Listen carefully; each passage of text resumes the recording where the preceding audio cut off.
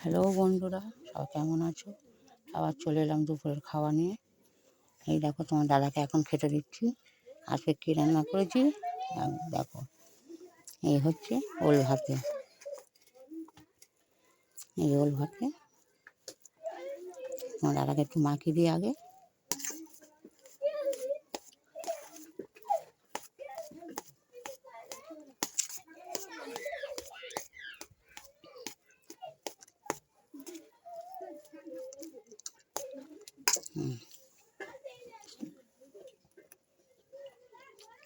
কেন চলো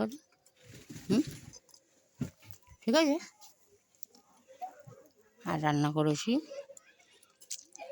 এটা যদিও আজকের না, এটা কালকের মাছের ঝোল ছিল, একটু গরম করেছিলাম।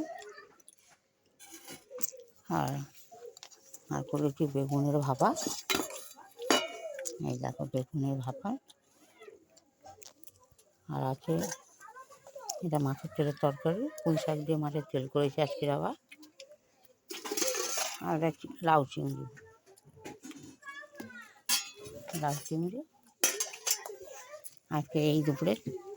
আজকে দুপুরের খাওয়া আমাদের এই। আর তোমাদেরকে একটা কথা বলি, যে তোমার দাদার জন্য একটা টেবিল কিনে নিয়ে এসেছিলাম, তা উনি ওটাতে খাবেই না। ওই দেখো নিচে বসে খাচ্ছে, নিচে ভাতটা রেখে। যেহেতু ওটা টেবিলটা কিনে নিয়েছিলাম যাতে উনি টেবিলে খেতে পারে, সুবিধা হবে, কিন্তু উনি টেবিলে খাবে না। ওই দেখো, কেনার সময় কিন্তু বলেছিলাম যে একটা টেবিল এনে দিই, তোমার খেতে সুবিধা। বললে হ্যাঁ আনো। ইশারা করলো, যেহেতু উনি কথা বলতে তো পারে না, তোমার সবাই জানো যে উনি কথা বলতে পারে না। তাই ইশারা করে বললো যে হ্যাঁ আনো। আনার পরও প্রথম দিন যে খেতে দিয়ে তোমরা তো নিজেরাই দেখলে যে ও ওটা খেতেই চাইছে না। তাও আজকে কী করলাম, ওই নিচেই দিলাম খেতে, মানে খেয়ে নিই।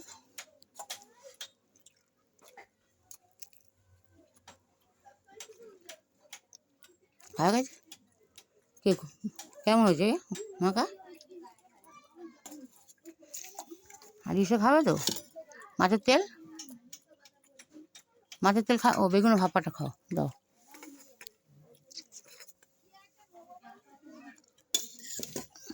বেগুনের ভাপা।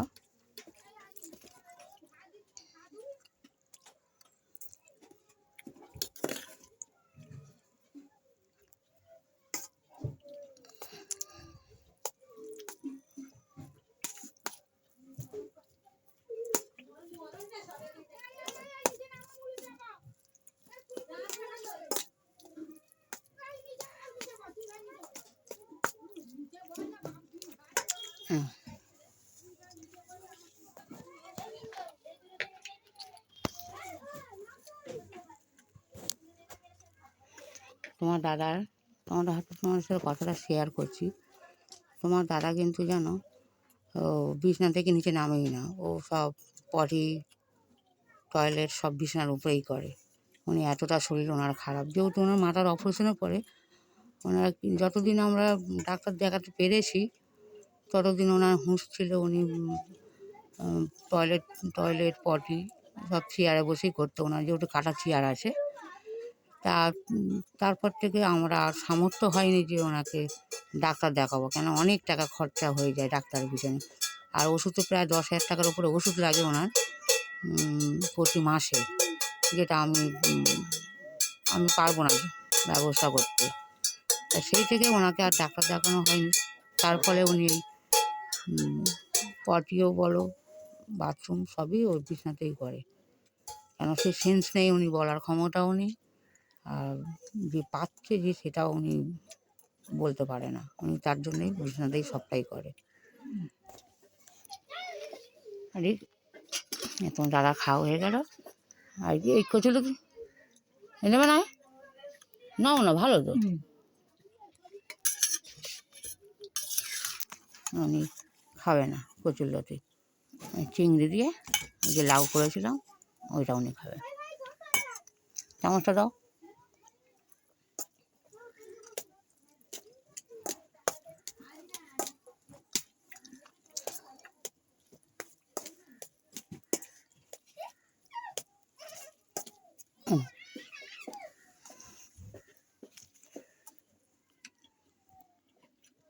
ঠিক আছে, হ্যাঁ না? দেখো, তোমাদের একটা সত্যি কথা বলি, প্রতিদিন আমি ভালো মন্দ রান্না করতে পারবো না, কেননা আমার সে ক্ষমতা নেই যে আমি রোজ ভালো মন্দ রান্না করে ভিডিও করার জন্য যে আমি তোমাদের নতুন নতুন রান্না করে দেখাবো, হয়তো পারবো না। কেন আমি খুব সাধারণ একটা মানুষ, যার কোনো ইনকাম তো আমাদের নেই। তোমরা সবই জানো আমাদের কোনো ইনকাম নেই।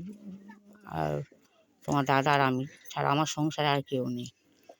তাই সংসারে যে ইনকাম করবে সেই যদি বিছানাতে থাকে, তাহলে তার যে পরিস্থিতিটা কী হয় সেটা তোমরা সবাই নিশ্চয়ই জানো।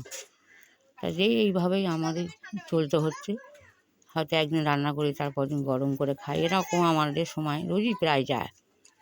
রোজ ভালো মন্দ করতে পারি না। হয়তো কোনো সময় হয়তো দেখবে আমরা কোনো সময় আলু ভাতে ডাল খাচ্ছি, কেন যেহেতু এটা ক্যাজুয়ালি এটা আমাদের হবে, কেননা আমাদের তো কোনো ইনকাম নেই। যতক্ষণ দিদিরা দাদারা আমার বাপের বাড়িতে কিছু পাঠাচ্ছে, তখন সেটা নিয়ে আমার সারা মাসটাকে আমাকে ওইভাবে চালাতে হয়। নিজে অসুস্থ, যেমন বুধবার দিনকে আমি আবার হসপিটালে চলে যাব, একটা রক্ত পরীক্ষার কথা আসে। তা আজকে ডাক্তার আসবে, বিকেলে আসবে, এসে কালকে নিয়ে গেছে প্রেসক্রিপশানে। তা আজকে ডাক্তার এসে বলে যাবে কালকে কখন এসে রক্ত পরীক্ষাটা করবে, সকালে বা কী খাওয়া দাওয়ার পর, সেটা কালকে বলবে। কেন আজকে উনি বলে গেলো যে ল্যাবে যাবে, ল্যাবে গিয়ে উনি জানবে যে ওটা কী পরীক্ষা বা কখন নিতে হবে, তারপরে এসে উনি আমাকে আজকে বিকেলে জানিয়ে যাবে। তা দেখা যাক, তোমরা সবাই খাবে না মাছ? ওই যে তোমার দাদা খাওয়া হয়ে গেলো, দেখো দেখো ভাত, দেখো সব যেরকম ভাত সেরকম পড়ে আছে, উনি খাবে না।